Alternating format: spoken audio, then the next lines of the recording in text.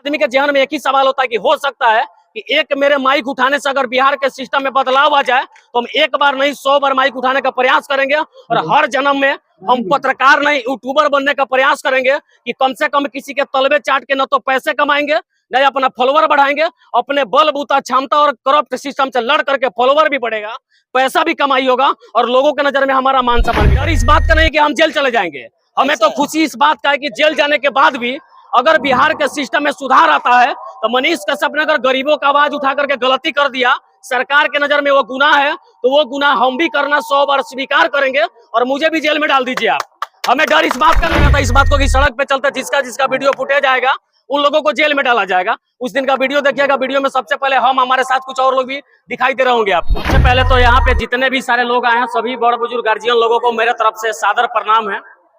और जितने भी नौजवान दोस्त आए हुए हैं मनीष भाई के घर पे, तो सबसे पहले तो इस मनीष भाई के दुख के घड़ी में जितने सारे लोग सहानुभूति के साथ खड़े हैं उन लोगों को भी मैं आदर सम्मान के साथ आपको सम्मान देता हूं।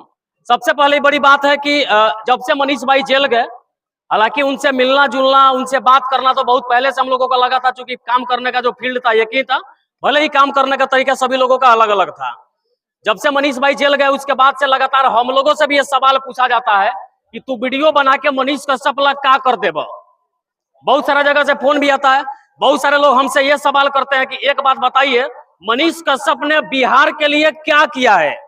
गौर से सुनिएगा हम जो बताने जा रहे हैं।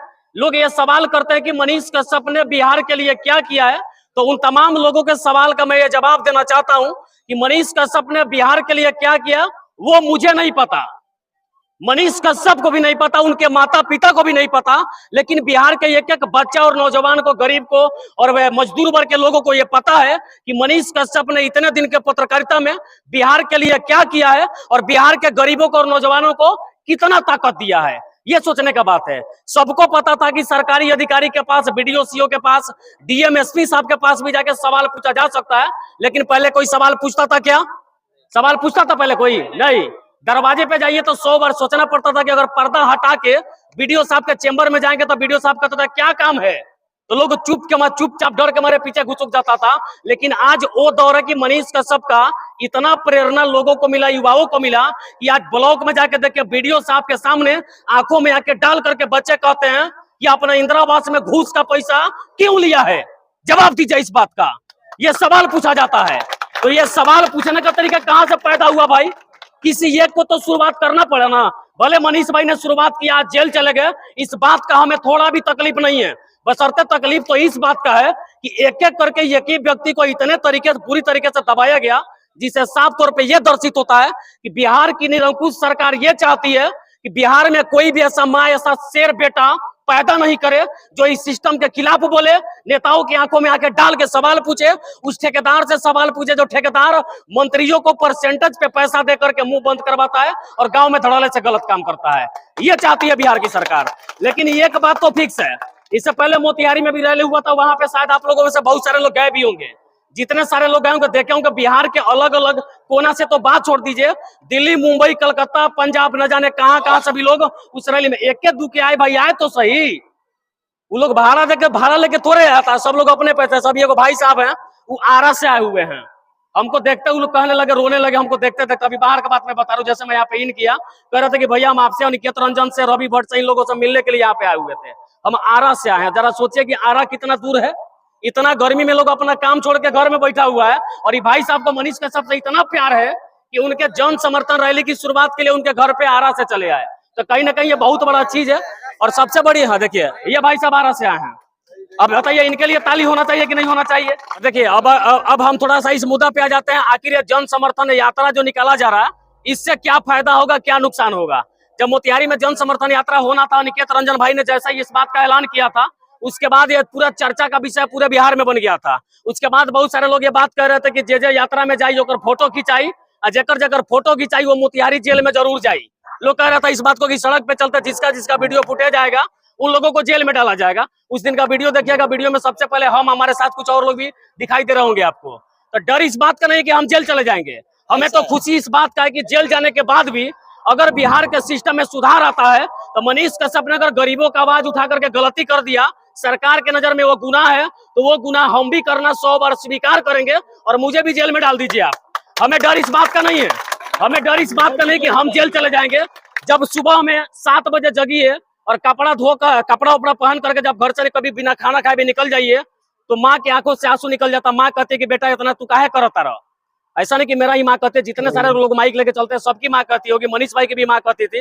मनीष भाई तो अपने माँ से 6-6 महीने तक बात नहीं करते थे, घर पे नहीं आते थे। तो उस समय आदमी के जहन में एक ही सवाल होता है कि हो सकता है कि एक मेरे माइक उठाने से अगर बिहार के सिस्टम में बदलाव आ जाए, तो हम एक बार नहीं 100 बार माइक उठाने का प्रयास करेंगे और हर जन्म में हम पत्रकार नहीं यूट्यूबर बनने का प्रयास करेंगे कि कम से कम किसी के तलबे चाट के न तो पैसे कमाएंगे, नहीं अपना फॉलोवर बढ़ाएंगे। अपने बलबूता क्षमता और करप्ट सिस्टम से लड़ करके फॉलोवर भी बढ़ेगा, पैसा भी कमाई होगा और लोगों के नजर में हमारा मान सम्मान भी बढ़ेगा। देखिए, लोगों की समस्या दिखाने के लिए कभी कभी हम लोगों को झुकना भी पड़ता है, हमें झुकना भी पड़ता है। लेकिन मैं वहां पे झुका, मैंने एक्सेप्ट किया, ठीक है मैं पत्रकार नहीं हूं, मैं यूट्यूबर भी नहीं हूं, लेकिन आम नागरिक को अब आप मेरे सवाल का जवाब देंगे कि नहीं। फिर भी बोली नहीं, मैं आपसे बात नहीं करूंगी, क्योंकि उसको पता था कि आदमी सीधा सवाल पूछेगा, कर्मचारी आपको 300 रुपए क्यों देता है और वीडियो रिकॉर्ड में आपका नाम क्यों ले रहा है। उनको पता था ये सवाल पूछा जाएगा। फिर वो बोले कि हम आपसे बात नहीं करेंगे।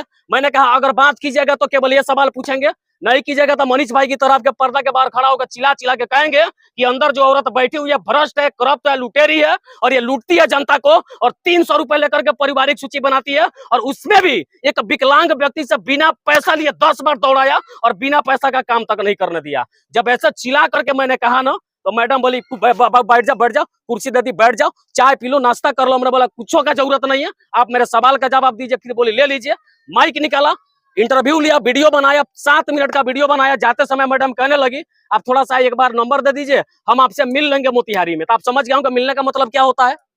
मिलने का मतलब क्या होता है भाई साहब, सबको पता होता है। अगर हम वीडियो कर लिए और सामने वाला आदमी डायरेक्ट कहता हो कि संजीत हम आपसे मिल लेंगे, तो मिलने का मतलब यह है कि पैसा देके संजीत कुशवाहा का मुंह बंद करवाने का प्रयास किया जाएगा। लेकिन हम तलबे चाटने वालों में से नहीं है कि 2-400 2-4 लाख भी 2-4 करोड़ रुपए के लिए अपने ईमान धर्म को बेच देंगे। अगर बेच दिए होते तो ना तो भेलवा स्टेशन का वीडियो वायरल होता, ना इतने सारे लोग हमें शायद पहचानते हैं। ज्यादातर लोग मुझे भेलवा स्टेशन के वीडियो की वजह से ही पहचानते होंगे। ज्यादातर लोग मनीष कश्यप को बैटरी वाले वीडियो से ही जानते हैं। अगर मनीष कश्यप करप्ट होता, अगर मनीष कश्यप भ्रष्ट होता, पैसा ले लिया होता, तो ना तो वीडियो डालता, ना मनीष कश्यप ने इतना बड़ा ये अपना प्लेटफॉर्म खड़ा करता और ना ही लोगों को इतना बड़ा रोजगार देता और ना किसी को बोलने का अधिकार देता। अब अगर बताइए, अगर इतना करने के बाद भी हमारे यूट्यूबर ही सही, अगर हम में गलती है तो हमें जेल में डाल दीजिए। हम एक बार नहीं 100 बार जाने के लिए तैयार है, हमें फांसी के तख्ते पे चढ़ा दीजिए। लेकिन हाथ जोड़ के विनती है बिहार के नेताओं से, करप्ट अधिकारियों से, हमें फांसी पे चढ़ा दीजिए, मनीष भाई को भी फांसी पे चढ़ा दीजिए, लेकिन इस बिहार की व्यवस्था को बदलने का प्रयास जरूर करिए।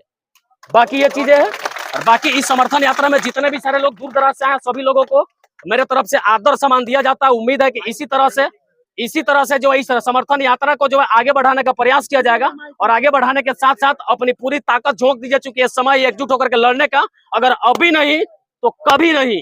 अगर इनके साथ आज खड़ा नहीं होते हैं तो कल मेरे साथ भी कोई खड़ा नहीं होगा, कल आपके साथ भी कोई खड़ा नहीं होगा। इतना ही कहते हुए हम वाणी को विराम देते हैं। जय हिंद, जय बिहार।